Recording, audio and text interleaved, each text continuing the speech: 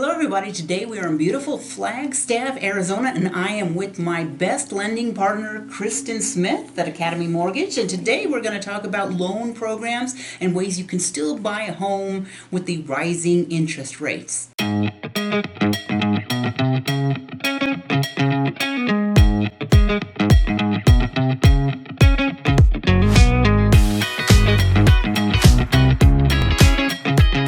So I'll just go on ahead and get right into that.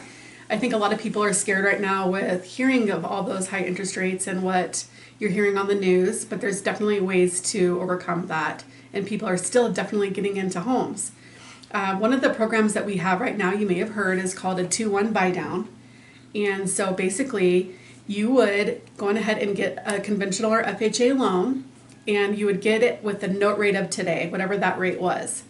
So you'd get into the home for that, and then the first year of your mortgage, your rate would actually be 2% lower than that note rate. Second year, it goes up 1% more, and then the third year, you're at the note rate. So let's say, for example, this is just an example, the rate was 7% today. First year it'd be 5%, second year it'd be 6%, third year 7%, with anticipation of rates being lower at that time so you could refinance. You do need to always consider that they could not be, back down at that time. So it's always not for sure, but we all are thinking historically they should be down by then. Okay, and then if you would pre-qualify a person with this buy down, you would pre-qualify them knowing that they would have to pay the higher price in 2 years, right? So you're pre-qualified off of the higher one. Okay, that's good to know. So you know you're definitely qualified for that amount.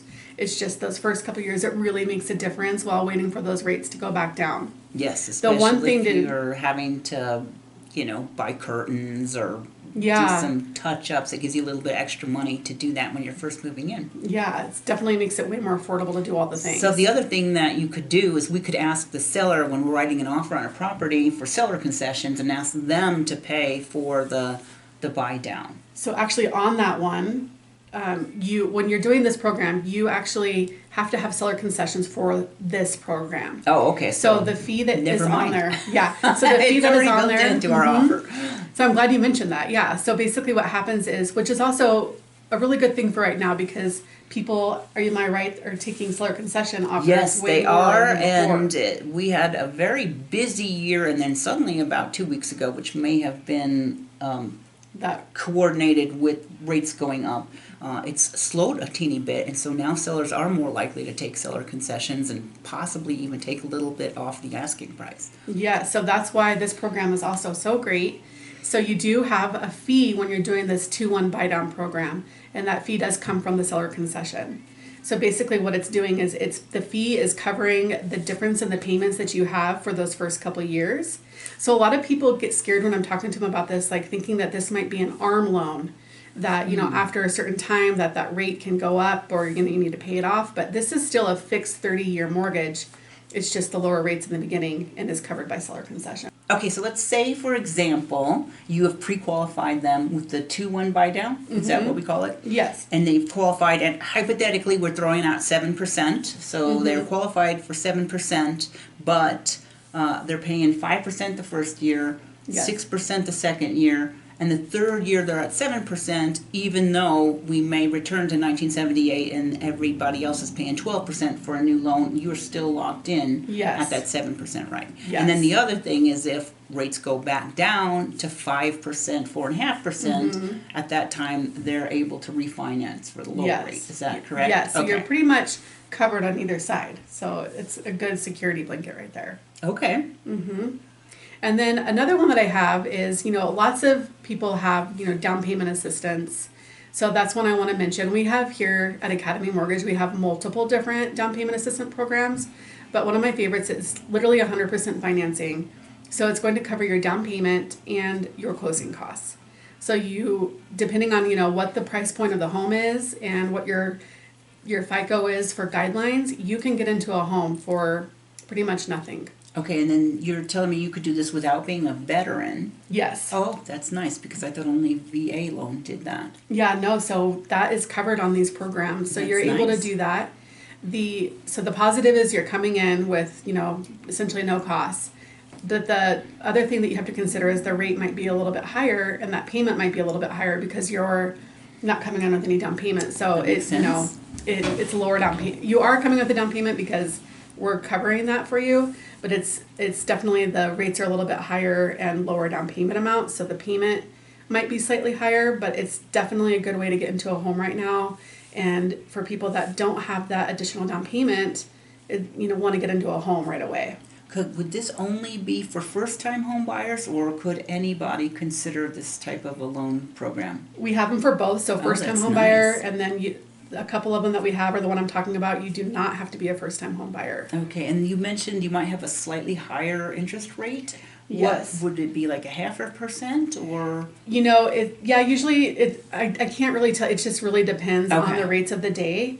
A lot of times they are already established, and so it's for that particular loan program. They're just higher because you're getting the benefit of going in with no down payment for yourself. Yes, it makes sense, and maybe slightly more risk from the lender perspective.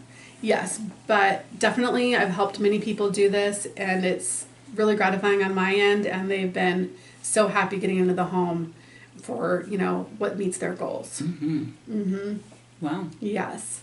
And then the other one that I wanted to mention, this is, not necessarily always about rates, but it's about, there's a lot of people out there right now that, they might be self-employed, they, taxes are not something that they want to be using to qualify. And so this is a loan called a DSCR. And basically what it is it's an investment property loan. And you can get into the home only off of going off of the rental comparison on the appraisal. Mm. So when you get that rental comparison done, your monthly payment on the mortgage just needs to be the same or $1 more than what the rental comparison comes back for the rent that you can get for the home. Besides that, everything else as far as documentation is pretty easy peasy, considering, not having to document for taxes and things like that. So you don't have to go after the income at all on this program. That's nice. So yes. Would you have to have a rental analysis put together by a professional property management company? So when you're first initially going in, it's always good to get a rental comparison done from either you or a rental company. Okay. Just to know as they're going in as your client, that this is doable. Okay. And then once that happens, then we get the loan process started and get that appraisal ordered right away. And that's really the final. The appraiser is the one that comes in for that for you. So if let's say that the rental comparison comes back lower than your payment, then either you're not going to qualify or you can put more money down to make it to where you can qualify for that loan. Hmm. But it's definitely really helpful for people wanting to do investment properties that don't want to have to use their taxes to qualify. Well, especially here in northern Arizona, there are a lot of communities that are very good rental potential communities, like Sedona, where I live, or even here in Flagstaff, Winds Park. There are a lot of communities that, and in Sedona and Flagstaff, there's a lot of demand for long-term rental, but you have the option of some of them having short-term rentals as well. Yes, so you can do it off of long-term rental or short-term. That's so good. Going off of that, but I just wanted to throw that out there for people that are interested in that as well. That's a good one. Now I didn't know about that one. It's really excited. I'm doing one right now, and it's a really good option. So those are the three that I was going to discuss today. But here at Academy, I have multiple different loans programs that are there to fit your personal goals. Yeah, I would recommend if you have any lending questions that you reach out to Kristen directly. So what I'm going to do is I'm going to put Kristen's information and my information in the description below. You can give us a call, text, email, and we will get back to you. If you have any type of financing information, I'd recommend you reaching out to Kristen. A lot of times people will call me with financing stuff, and I'm not going to be able to answer that, and I recommend you reaching out to her anyhow. And of course, if you have any questions about buying or selling a home in northern Arizona, reach out to me. Again, my name is Dawn Dickenson. I am a realtor in northern Arizona, and Kristen Smith here is with Academy Mortgage, so she knows everything lending about the inside of the state of Arizona. And the channel here is Living in Northern Arizona. We talk about everything buying and selling real estate in northern Arizona, or just basic information about living here in the northern Arizona town. So if you would do me a favor, if you liked the video, please give me a like and consider subscribing. That helps other people who are looking for this type of information to find the channel. I post videos every single week about these types of topics, so I hope to see you back here again next week.